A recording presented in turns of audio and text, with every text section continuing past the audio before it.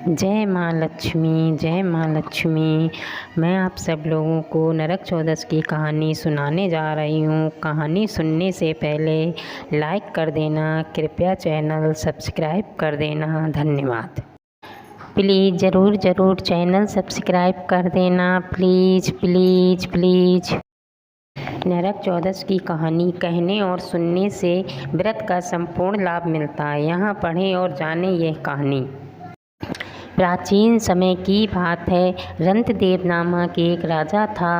वह पहले जन्म में बहुत धर्मात्मा एवं दानी था। दूर दूर तक उसकी बहुत ही ख्याति थी। अपने पूर्व जन्म के कर्मों की वजह से वह इस जन्म में भी अपार दान देकर बहुत से सत्कार किए। दान धर्म करके सबका भला करता था। ज़रूरतमंदों को कभी भी निराश नहीं होने देता था।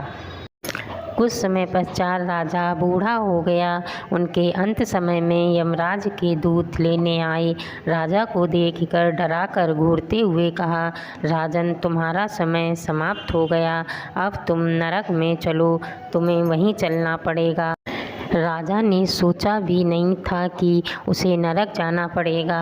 राजा ने घबराकर यमदूतों से नरक ले जाने का कारण पूछा और कहा कि मैंने तो आजीवन दान धर्म किए, सत्कर्म किए। तो यम के दूतों ने कहा, राजा, आपने जो दान धर्म किए वह तो दुनिया जानती है, किंतु आपके पाप कर्म केवल भगवान और धर्मराज ही जानते हैं। राजा बोला, मेरी आपसे विनती है कि आप मेरे पाप कर्म मुझे भी बताने की कृपा करें। तब यमदूत बोले कि एक बार तुम्हारे द्वार से भूखा ब्राह्मण बिना कुछ खाए वापस लौट गया था। वह बहुत ही आशा के साथ तुम्हारे पास आया था, इसलिए तुम्हें नरक जाना पड़ेगा।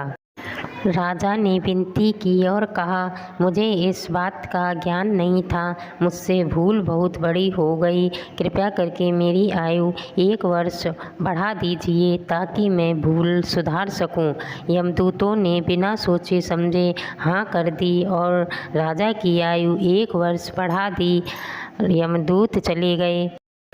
राजा ने ऋषि मुनियों के पास जाकर पाप मुक्ति के उपाय पूछे। ऋषियों ने बताया, हे राजन, तुम कार्तिक मास की कृष्ण पक्ष की चतुर्थी को व्रत रखना और भगवान कृष्ण का पूजन करना, ब्राह्मण को भोजन कराना तथा दान देकर सब अपराध सुनाकर क्षमा मांगना, तब तुम पाप मुक्त हो जाओगे। कार्तिक मास की कृष्ण पक्ष की चतुर्थी आने पर राजा ने नियम पूर्वक व्रत रखा और श्रद्धा पूर्वक ब्राह्मणों को भोजन कराया।